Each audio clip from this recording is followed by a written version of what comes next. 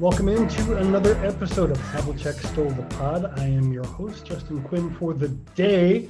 Alex is off playing softball. I am here with co-host Daniel Donabedian and friend of the pod, Bobby Krivitsky, Forbes and Celtics rundown fame. How are y'all doing? Fantastic, Justin, Daniel. Appreciate you having me on. Yeah, of course. Yeah, the big secret of the show is that Bobby is headed to Summer League in Vegas very, very shortly. So we're lucky to have him on before he bails from the Northeast to experience all of the wonder that is Vegas Summer League. So to maximize his time, we're going to flip things from the usual order and go right into the closer look. But before a closer look, what we usually do is this segment we call The Steal, where our guest decides what it is we are going to be talking about to start out that segment. And in this case, it's going to be Bobby's choice. Bobby, what are we talking about to start this pod? So I wanted to dive into the conversation about the luxury tax and just an open-ended discussion about how important we all view them actually getting under and resetting, the repeater tax, because that is a very real thing on one hand, but then you look at a franchise like the Warriors and they perennially live over that line. And so you wonder, with Bill Chisholm and new ownership stepping in and Brad Stevens saying yesterday that they have told this group to prioritize, quote, basketball assets, you wonder about how much it changes, how much more flexibility the Celtics suddenly gain if there isn't pressure on them to not only get under the luxury tax now, but also to ultimately reset it by being under in consecutive seasons. So I'll weigh in on this in particular just because I have been thinking about it in regards to something we'll talk about a little bit later. Anthony Simons is a player they are supposedly, according to Brian Windhorst, talking about trying to move, they're calling around, trying to find a home for him. And I see that as evidence that that is indeed the mandate. They are trying to get under the repeater tax so they can wipe that away. It's one of the main, they're going to get under the second apron. I think we can all agree, being 300,000 over the second apron. They'll find someone to take J.D. Davidson for free or with a second round pick if they have to. They'll get under it. But getting under the repeater tax in particular will set them up for a longer second window if they can do that. If they can't, and I think there is a decent chance they may not be able to this season, they could do something like let Simons walk and be under it. They could also do some other moves around the edges to accomplish the same kind of a thing without it being too onerous. The question is, are teams going to start punishing Boston because they can? I don't think they will. What do you guys think? I guess everybody kind of knows their situation now. I guess they were kind of the first ones to dive into this world of second aprons when they took that gamble a few years ago by bringing everybody back. And them paying Tatum and Brown paid off. And I think teams will try maybe a little to take advantage of their situation money-wise, but most teams are going to be right there pretty soon. Not all of them. And the Thunder might be able to get around it with some of their loads of draft picks. But a lot of teams are going to be feeling that hurt too. So I think they're going to be in the same boat somewhat soon. Yeah, I think the teams have leverage here to put the screws to the Celtics, but not to much of an extent, really. And so when you try to come up with how could they move Simons, and look, if they could have done so already, then he would have only just half through the Celtics cap sheet and quickly on to another team before the deal got finalized with Portland. And that wasn't the case. And the reason it wasn't is largely because of how punitive this current collective bargaining agreement is. It just makes it really difficult to take on an expiring $27 million salary roughly for a player who is really just a one-way impact caliber guy. And even though age-wise, even in basketball years, he's young, even players in their 26, 27, that age range, if you're not solidified, you can get the screws. It becomes easy for a front office to say, not him. That's not what we're looking to acquire right now for multiple reasons. So with Simons, one of the deals that I came up with, and no one likes someone else's armchair GM proposals, but you wonder if the Pacers think, hey, Maybe we move off of TJ McConnell in a 3-team deal. He goes to a team like the Clippers. Without Halliburton, Simons, he fits to a poor man's extent as a replacement. And then we see if we can ultimately re-sign him in the offseason into a 6-man role. And that way we can stay competitive in a wide open Eastern Conference. And maybe the other part, to make the money work, Boston gets back Obi Toppin, for example. Maybe neither of those other two parties, Clippers and Pacers, are interested. But I think at least you could make a case for why every party would want to entertain that proposal. I think we're going to see a lot of creative movement in the next couple of seasons because of things like this, but also one-dimensional players. As much as I like Simons, and I'm curious to see how he's going to pan out with Boston, if he even plays for Boston, you can't pay them almost a mini-max to be a one-sided player. If they're going to occupy that much of your cap and this structure, you need them to do more. So I think that the only thing really that Simons has going for him, apart from his considerable talent, but I mean in terms of being a movable contract, is the fact that it's an expiring as well. And worst case scenario, I do think that Boston could probably talk someone into taking on his contract at the deadline once they realize they are no longer a contender. All right, let's dive into the main meat of our discussion with you today, Bobby. Mr. Headed to Vegas person that you are. We've talked about this before on a previous episode, but in your opinion, what is Las Vegas Summer League for? Oh, that's a great question. So I love Summer League. This last year was my first time going. This will be the first chance for me to be there wire to wire. So I'm very excited about that. And Sicko. Love it. Exactly. The Summer League, quite honestly, in my opinion, is the least beneficial to the players themselves. Now, certainly, if you're coming from college, for example, and you haven't played in an actual game setting since March, then there's a benefit to that. You're going up against a higher level of competition, but it is a lot of everyone's out there for themselves, looking to earn a contract and prove themselves and auditioning, and the play can be sloppy. And that's why we say all the time that, hey, how it looks at Summer League, good or bad, is not necessarily indicative of what is to come for this individual. It's a great chance for coaches to move up the ladder, so to speak. Like Matt Reynolds gets the opportunity to be the head coach of this group. That is wonderful for his development. And it's really, though, it's an entertainment product. So it's great for us as fans, as journalists and reporters, and for ESPN to cover it and NBA TV. Really, more than anything, I think everyone else in the ecosystem benefits more than the actual players, especially the ones who have a real NBA future. Daniel, what do you watch for? See, you're not going to be there in person, but I'm sure you're going to be watching at least some of the games. Like, what do you watch for as an analyst? Yeah, I mean, we kind of talked about it last week, but I would definitely say pay attention to some of the individual performances. Like Bobby was saying, I mean, you want to see on-court cohesion with the team, but ultimately whether the Celtics win or not isn't a huge deal in terms of the development of their players. And fans, I don't think will really care. They'll just want to see their studs be studs, like Walsh, Scheierman, those guys who have a little more experience. They'll want to see them shine, and they'll be paying attention to them, as well as the first class of rookies like Hugo Gonzalez. But yeah, ultimately at the end of the day, the final score isn't a huge deal, but you'll be looking for some cohesion in the rotation, and then just hopefully a few guys standing out.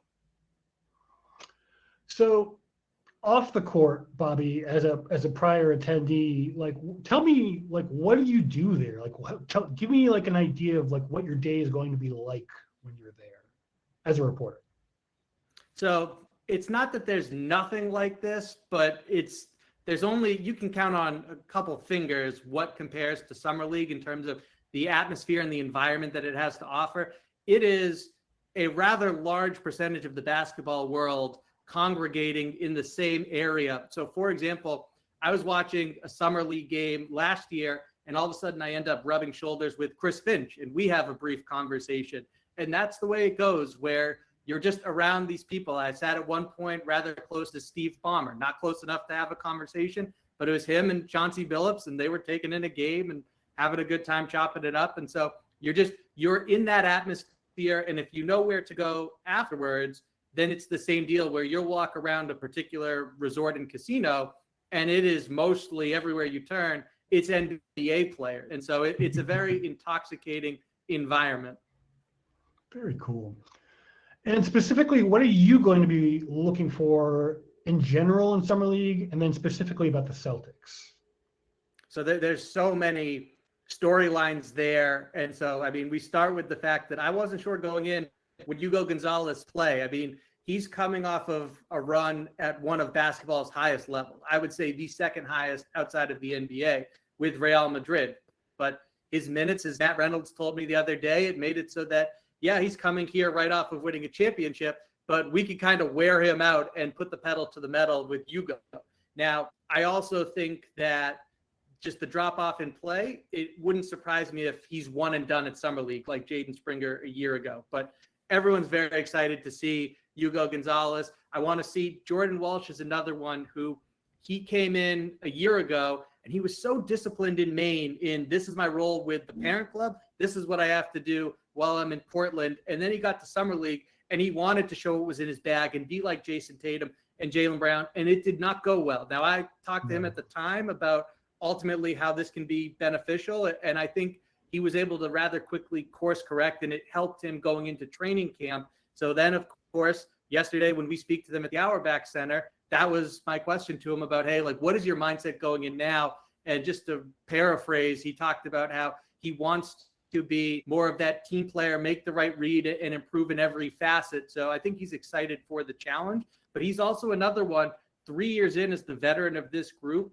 You would like him to get the quick hook at Summer League where they say, hold on, Jordan, you're a little too good for this setting. Why don't you go enjoy the rest of this from the bench? I'm excited to see players for all different reasons, whether it's the rookie or someone who needs to show based on experience that they are above this level of competition. Daniel, anything you're watching for in particular? Yeah. Also, speaking of yesterday at the Auerbach Center, Coach Matt Reynolds, he kind of characterized the team as being tough and that they're going to be competitive no matter what. So I'd like to see that. I mean, who prevails in the end doesn't matter, but I want to see them fight at least.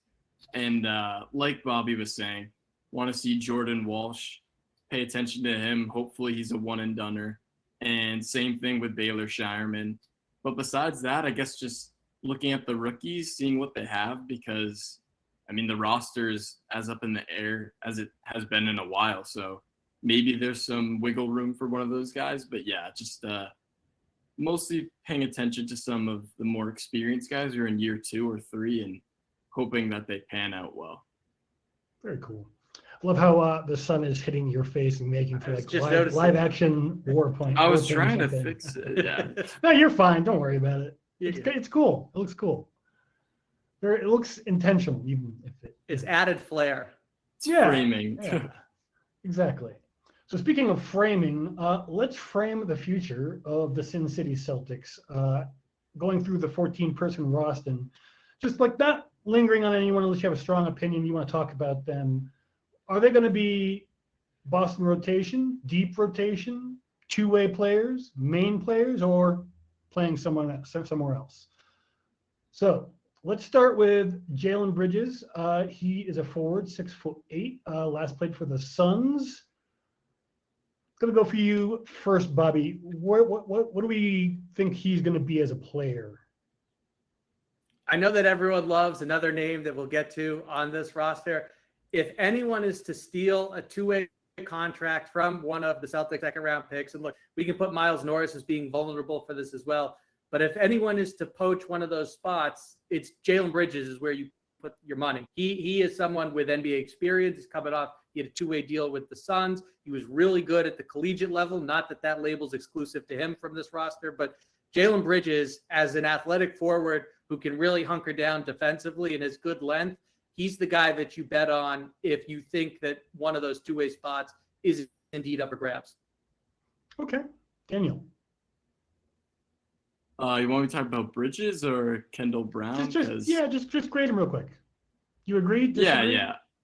No, I agree with Bobby. I mean, a lot of these unsigned players are going to be kind of unfamiliar names for a lot of Celtics fans.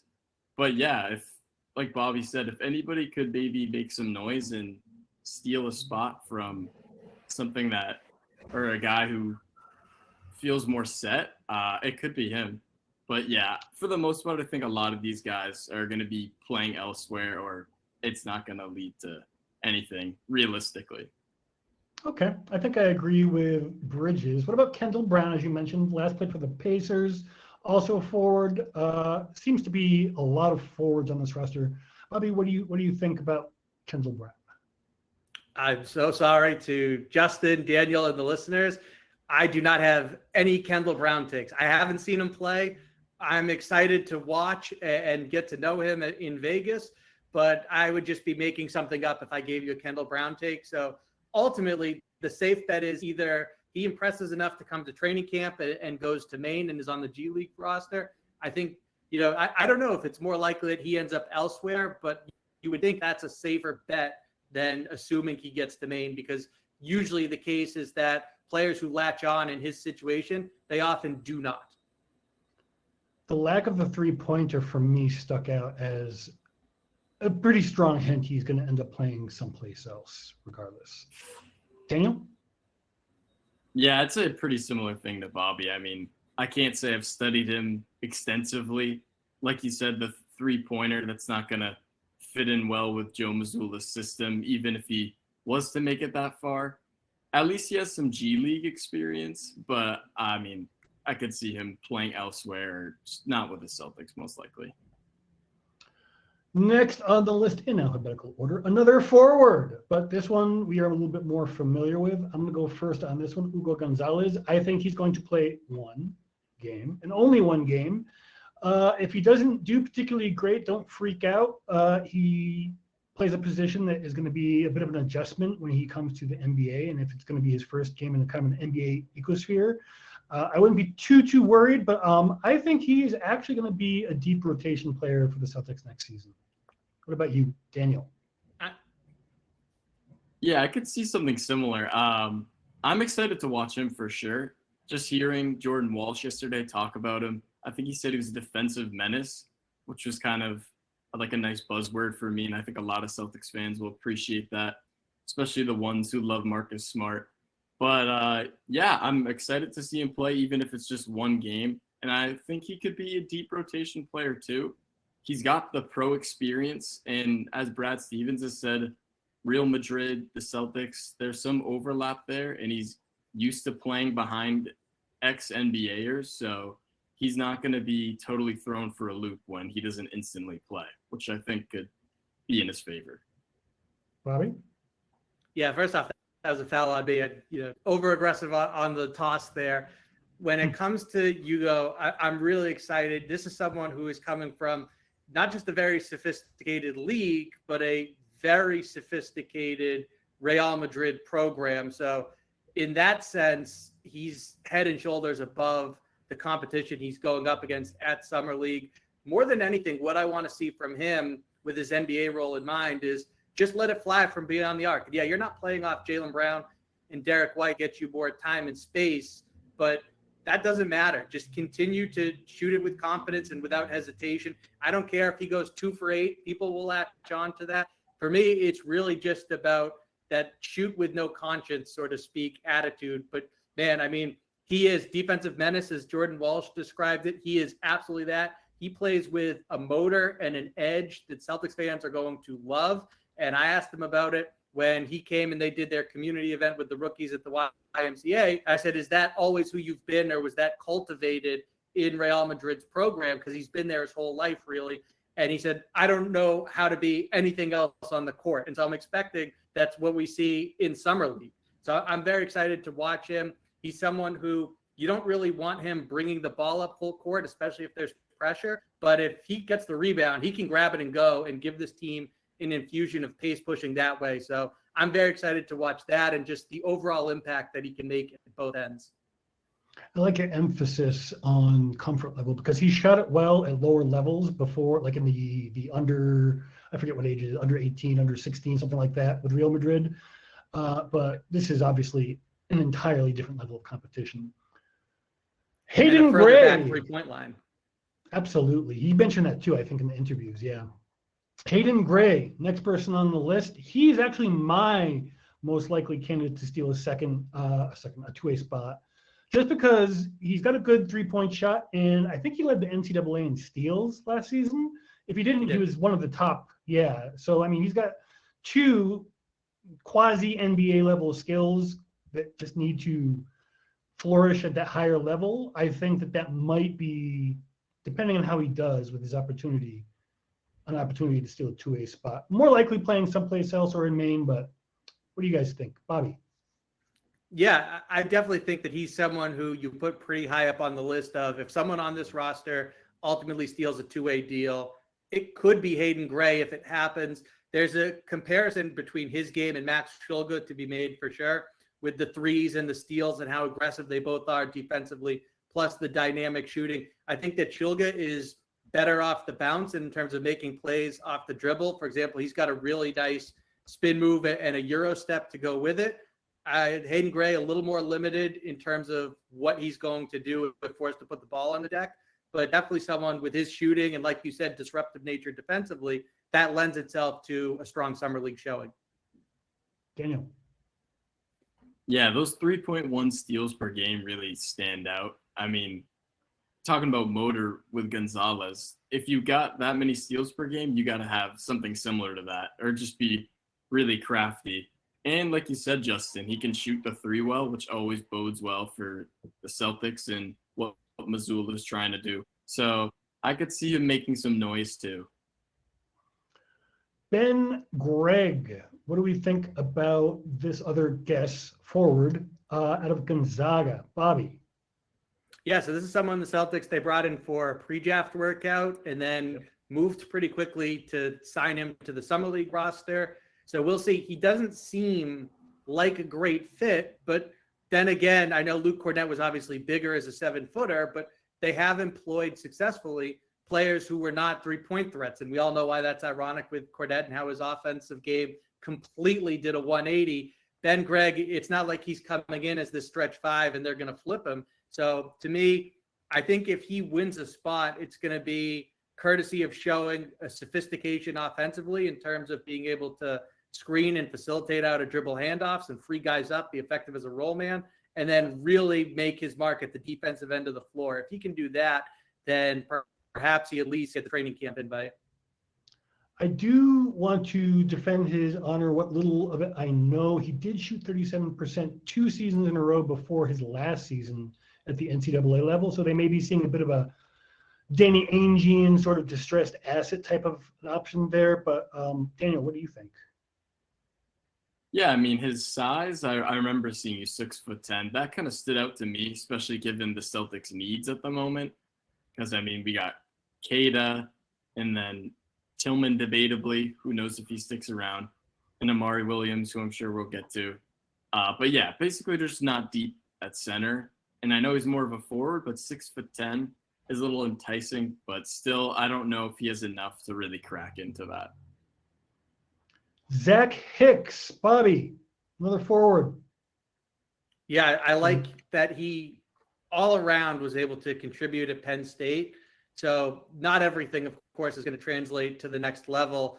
I don't know what skill in particular he hangs his hat on moving up to the NBA, but it's Summer League. Not everyone's going to make it to the NBA. So it's going to be really interesting to see, because this is a setting where he should be able to show himself productively. So this is an audition for Zach Hicks.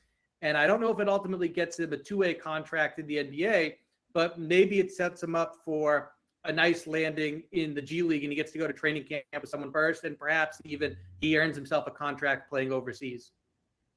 Daniel. Yeah, he was always a solid three-point shooter in college, and he started off at Temple, made the jump later to Penn State, and his numbers didn't drop off. They only went up, which is good to see with those transfers who go from kind of those mid-majors to the higher-ups of the conferences of college basketball. But, yeah, I mean, another forward, there's plenty of those on this roster, so I don't know if there's quite space for him with all the competition. I think I agree with y'all. Now we get into some of the more interesting names. Kenny Lofton. Bobby, Thoughts on Kenny Lofton Jr.?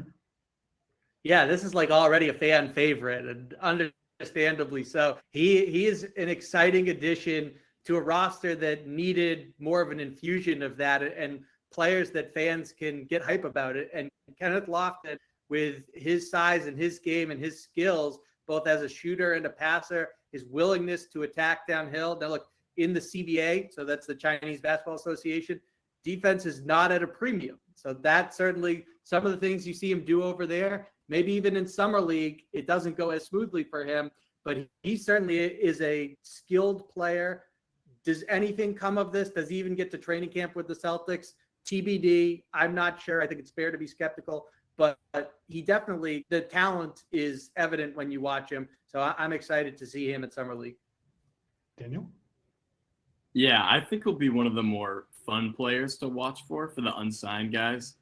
I mean, he has an NBA career high of 42 points, I think. Like, it was a random April game, so it kind of gets washed away. But anybody who can score that well against NBA talent, even if it's backups, is still impressive. And like Bobby said, I mean, TBD, he could just end up in training camp like any of these unsigned guys. It's just a wild card, but still, I think it'll be fun to watch at least. And his build is just entertaining too, to watch against like the bigger 6'10" centers. So I'm going to go through the remaining Celtics real quickly, just so we can get you out of here on time, Bobby. But I'm going to go one of you for each. Baylor Scheierman, Bobby, what does he need to do in this summer league?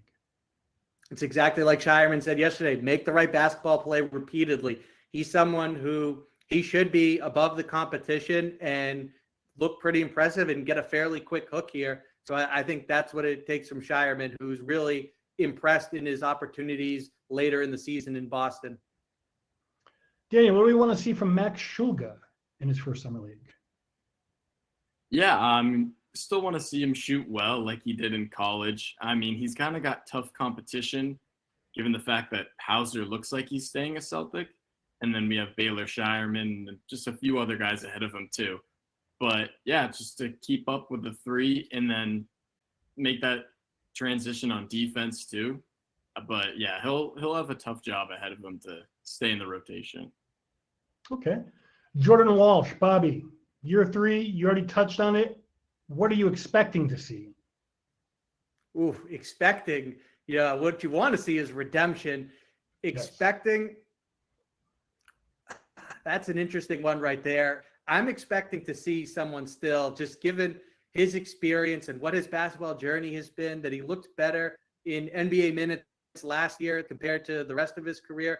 I am expecting to see someone who understands the role that they're in when he gets to the regular season and is able to contribute that way. And look, he was a star in Maine in that role on a team that went to the G League finals. So I'm expecting him to look really good in that type of a role.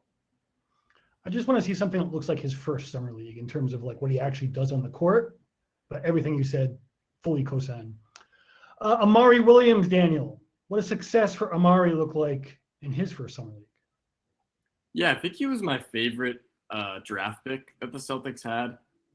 Just to continue that elite passing he had in college and get some interior scoring too. If anybody can make the jump up, it's him, given the Celtics' lack of depth at the 5 spot right now. So I don't think he'll be like a key piece, but maybe he can crack into the deep rotation, hopefully. Okay. Isaiah Wong, Bobby, what do we want to see from him? Is he going to make the team? Does he have any chance at not ending up playing in Maine or elsewhere? I liked his game when he was at Miami in college. Shout out to the U. Yeah. And it earned him some level of NBA opportunities and teams bringing him in, wanting to take a look. So ultimately, I don't know if the production translates to sticking around with the Celtics, but he definitely bringing him in at what felt like the last minute before they go to Vegas, that caught my eye for sure. So I'll be curious to see what he's able to do. And I think he'll get more opportunities as some of these guys we talked about as they start to graduate from the Celtics Summer League roster. Daniel, Aaron Scott, what's his future with Summer League in your opinion? Yeah, another forward for the Celtics. I mean, they got plenty of those. I can't lie. I don't think he really stood out to me when I was reviewing some of his stats and other highlights. So I don't know if there's really much of a future with the Celtics, but you could say that about most of these unsigned guys. So a couple quick questions, and then we'll get you out of here, Bobby. Of Williams and Shulga, who do you think is more likely to end up in a regular roster spot, and why? I definitely think it's Williams, and I like Shulga. And one of the things I'd like to see from him at Summer League is that he would constantly pick guys up, full court or close to it, and apply pressure in the backcourt that way, and is really advantageous for VCU. I'd love to see some of that with the Celtics in Las Vegas, but Amari Williams as a big body with an NBA caliber skill with his passing and facilitating, what he can do as a screener at that size, the fact that he is a good finisher above the rim as a roll man, and then, he's a shot blocker, he's a rim deterrent, and he's really effective on the glass as well. So there's a lot working against Amari Williams. For example, he's not particularly good at finishing around the basket when he's not able to just dunk it, especially his right hand is pretty weak in that regard, respectively. And defensively, he's a drop big with some mobility concerns. He's not a shooter offensively. So there's stuff that he's going to have to circumnavigate or get better at. But ultimately, comparing those two, Amari Williams has a cleaner path to a standard contract. Okay. All right, one more two-parter, and then we'll get you out of here, Bobby. I'll give you time to think about your answer. I will let Daniel be the guinea pig, and that will be, who is your favorite unsigned player? And they may or may not be the same person. Is there a sleeper in here, in your opinion, the Celtics really should consider getting under some kind of contract? Yeah, I actually am going to pick the same person. I would say Kenny Lofton. Like we said before, he's just going to be fun to watch. And Matt Reynolds actually said they're having great conversations, and he spoke very highly of him yesterday, which I think bodes well that he brought him up. But yeah, he's just shown the ability to score at a high level in the NBA. And even though his size isn't anything crazy, he can still rebound pretty well. And his size is just tough to get by. So maybe he can make a name for himself even further. I mean, he's not a household name in the NBA by any means, but I think there could be some room for opportunity for him. Cool. Mine is, as I'm sure you've probably guessed by now, Hayden Gray. I just love that confluence of capabilities, even if they may never amount to anything at the NBA level. Bobby, who's your guys or guy? I definitely like the answers and the explanations for those two choices. I will go with Jalen Bridges with the NBA experience and body type and his athleticism, what he can provide defensively with that motor. I like him a lot. There's definitely concerns about the shot there and what he can contribute offensively, but that's what Summer League is for. And this is the kind of guy that you take a chance on outside of your two-way contract. So I liked that signing, and I'm curious to see what he brings to the table. Very cool. All right, before I let you go, where can we find all the stuff you're going to be coming up with from what you're doing in Summer League? Appreciate that, Justin. So you guys can find all my work over at Forbes. As you guys know, I've said this every time I come on here because it's true. I have a Twitter addiction, the artist now known as X. So at Bobby Krivitsky, you can see the spelling right there. So those are the two places you can find me, along with the Celtics Rundown live stream once a week over at 5 Reason Sports. Very cool. All right, well, that'll do it for our guest part of the podcast today. We'll be back through the magic of editing in just a moment with the news. Okay, we are back with the news. The first piece of news that I wanted to dive into, we already touched on a little bit. On a recent episode of, I think it was the Basketball Collective, if I remember correctly, Brian Windhorst of ESPN said, basically, don't buy an Anthony Simons jersey anytime soon because the Celtics are shopping him around the NBA. We touched on it briefly, but I was just wondering, what came into your head when you heard this, Daniel? Yeah, so, I mean, the Celtics have a full roster, and they're going to make a move. It might be a little one, but I'm pretty convinced that they'll make a bigger move, too, to free up some space. And as we were saying before, Simons, he's on an expiring contract. Maybe it's him. And honestly, for anybody who doesn't have like roots in Boston yet, like him in Niang, I wouldn't mind them moving from them. They have no ties to the Celtics yet, really. But hearing Brad speak yesterday, it sort of sounded like he was going to be keeping him around, but maybe that's just some dressing for the media.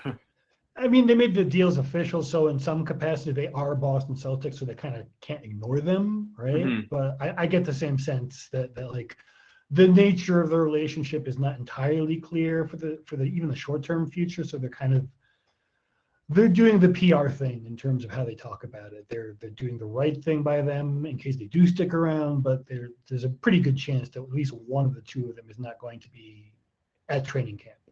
Yeah. Speaking of another person who may be at training camp but probably won't be participating in it, we have been seeing some videos of Jason Tatum. Maybe you've seen him around the practice facility, looking pretty spry for someone who is literally, I think, less than 6 weeks removed from major surgery on an Achilles tendon. Mm-hmm. Do these videos actually tell us anything, or is this just what we do to kind of like cope with the situation? Yeah, I think part of it might be coping, but nevertheless, it's great to see. Like, you want to see your guy up and moving and walking on his own in the pool. You want to see that. And Brad wouldn't say that Tatum is definitely not playing next season, like the Pacers said when they said Halliburton is definitely done.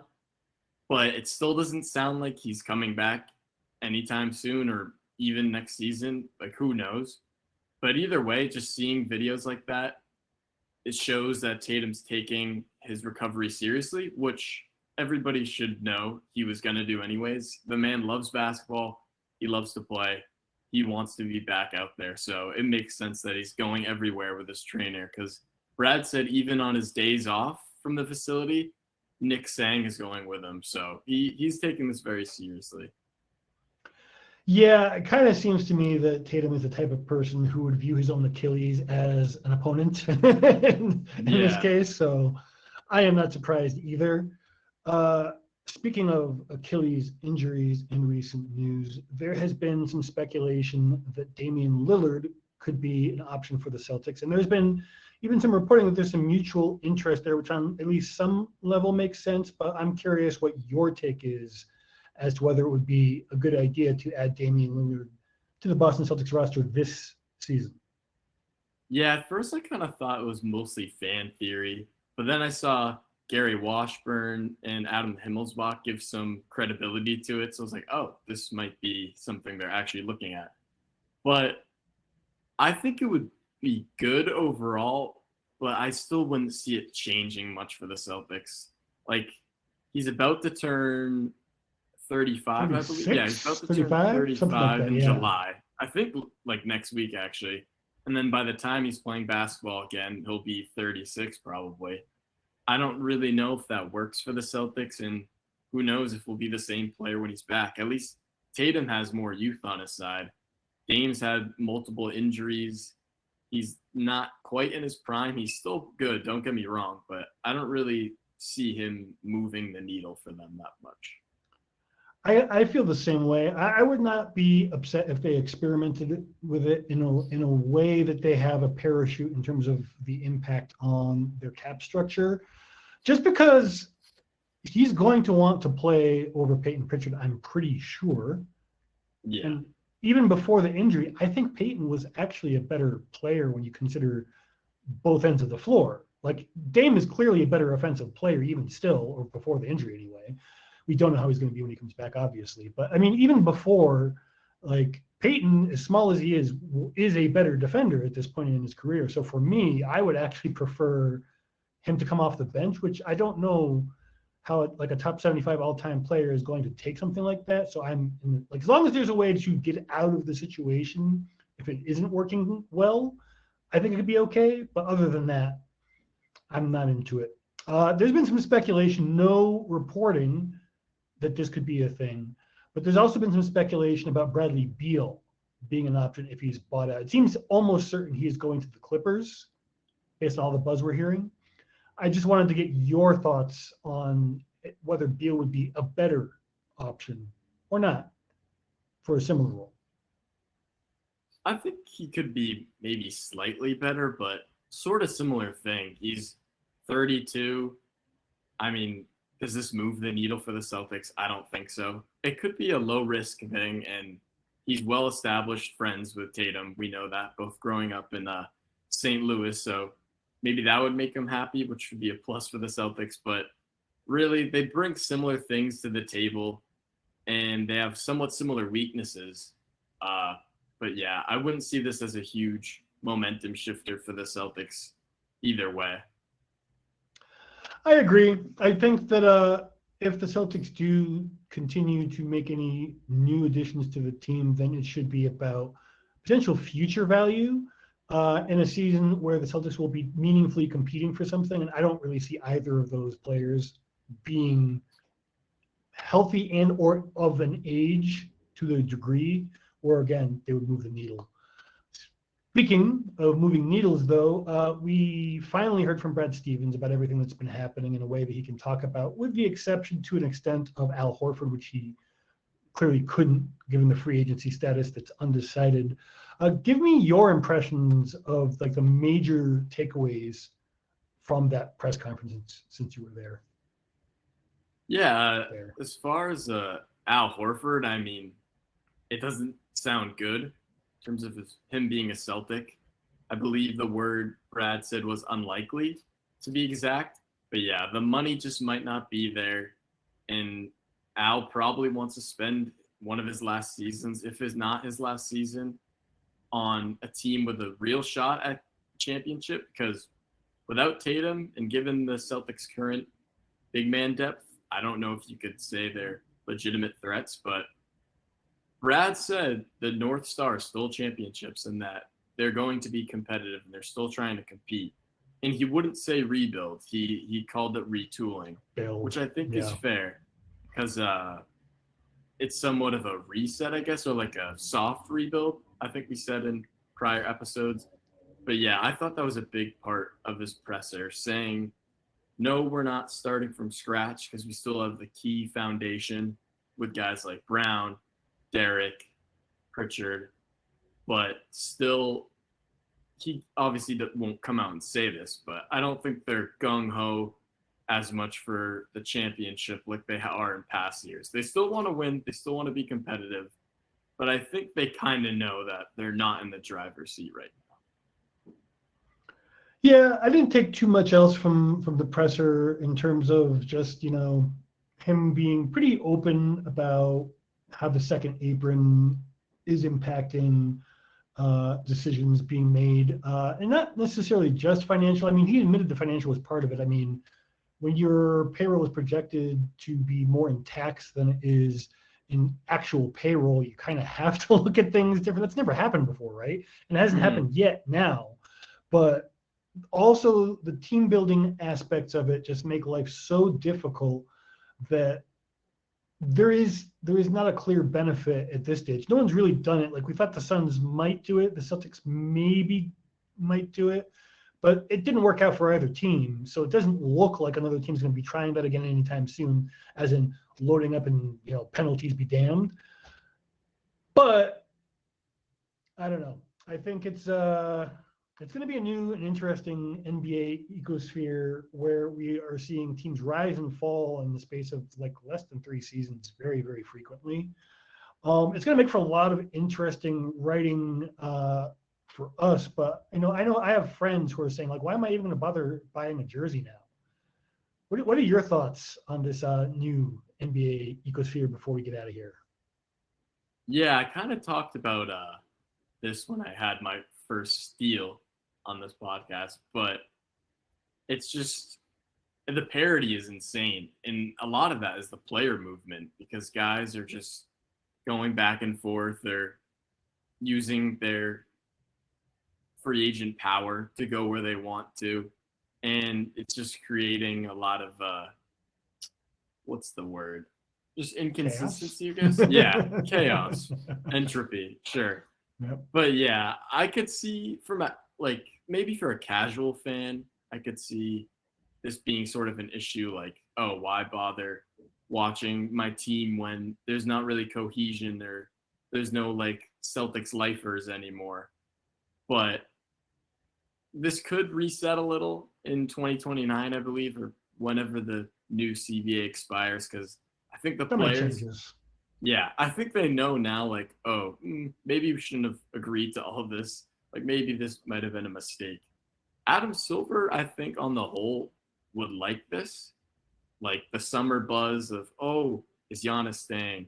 Is this guy going? Like, blockbuster trades. The Luka trade, I mean, that was shocking, and I think overall good for the NBA. Like, they were loving that. It just creates these dramatic storylines, like Miles Turner leaving the Pacers fresh off Game 7 to go to his rival, and the Pacers said they were going to pay him, so that wasn't an issue. But yeah, just stuff like that I think Adam Silver will like, and a lot of that comes from player movement. I think it's also going to weed out very quickly a lot of the crappier front offices, unless they just really do not care about the status of the team, so long as there's some butts in the seats. Chicago. But apart from those teams, but for me personally, like this whole rebuild status that the Celtics are going through, or whatever we're calling it, normally after like watching the 2008 title team, the first like title era, I really dialed in as a fan. Like knowing what was coming after that, like that it was going to be 4, 5, 6 years probably before they'd be back in the same kind of stratosphere, was really depressing. I don't feel that this time because I'm pretty sure they will at least be competing for deep playoff runs, if not titles, in a season or two after this one. So I'm not too upset about it. Yeah, I mean, at the end of the day, they have Tatum, they have Brown. You could even add Derek White and Pritchard into that equation. They have some winning players, and they also have the ring from 2024, which softens the blow a bit. But they still have a pretty good central core. And obviously, like Brad said throughout his presser yesterday, the biggest acquisition they can make is getting Tatum back and healthy. But once they do that, yeah, like you said, maybe the window could be open a little more. Not as much like the big three Celtics when they were all kind of already older. And also, the rest of the league is going to be in the same situation fully by that time. Like nobody is going to be operating with any of the top-heavy models that we've seen. So everyone is going to have similar depth. And the Celtics have, unlike a lot of teams, all of their draft assets for the immediate future.